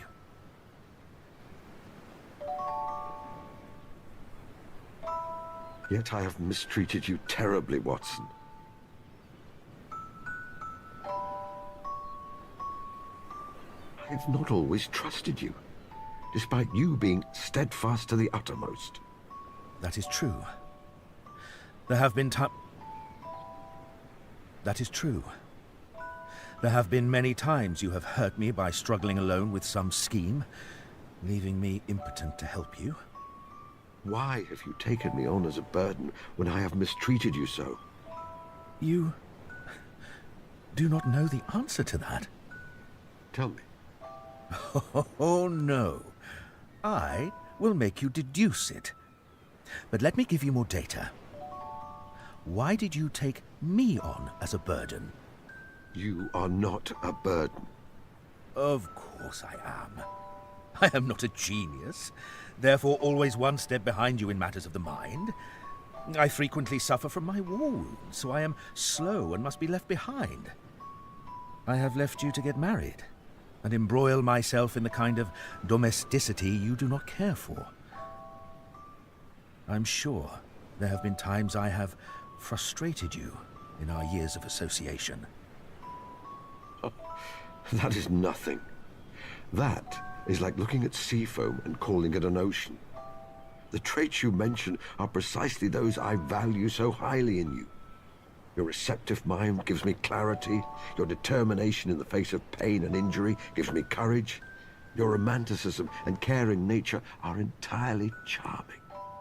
Ah. So, you would say that sometimes the things we find most difficult about a person are also an aspect of the things we love most about them. No, Holmes. You are fallible. Thank heavens for that. What will you do now? Well, medicine is galloping on apace and leaving me behind.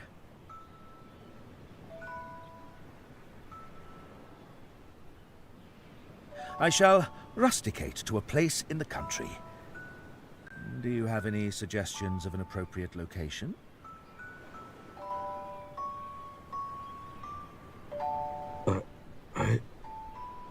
Holmes, you are trembling. What's... Confound snakes and air guns and waterfalls and maddening poisons. This is fear. Whatever are you afraid of? You have artfully opened the way for me to ask you to stay here. For this to be your home as much as mine. But I'm afraid I will treat you badly. We will quarrel terribly, and then I will lose you again. Of course we will quarrel. You think that 2 caring people whose lives are caught up together never get thoroughly sick of each other? When we do, we shall see it through together. I think there will be no more partings. Except the one brought about by Death himself. And I think even he may have a hard time of it. You promise it, Watson? Yes. I promise it. Then I shall promise too. No more parting.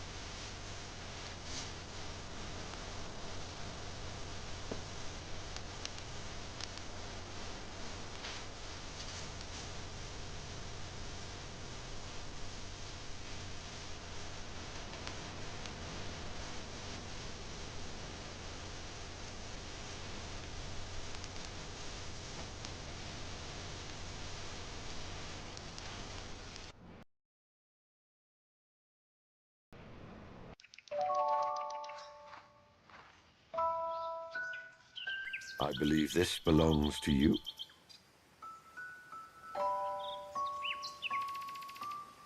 I also feel that I should observe the ancient custom which says that bees should be informed of significant events in the life of their keeper. Births, deaths, marriages, and so forth. Watson shall be staying here permanently. It's only right that you know.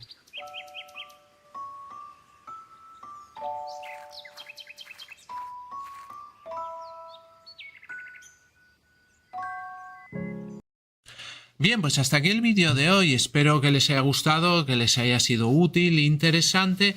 Y antes de terminar, vamos a hacer un pequeño recorrido por todos los canales creados por EBM Informática. Y así, si alguna temática de alguno de ellos les interesa, pues pueden acceder a ellos fácilmente. Bien, el primero y el canal más grande es el canal de EBM Informática, donde tenemos tutoriales de todo tipo de actividades del mundo de la informática. Tenemos cursos completos como de Word, Excel, Access, Photoshop, trucos y diversas explicaciones de aplicaciones normalmente de PC que les pueden ser muy interesantes.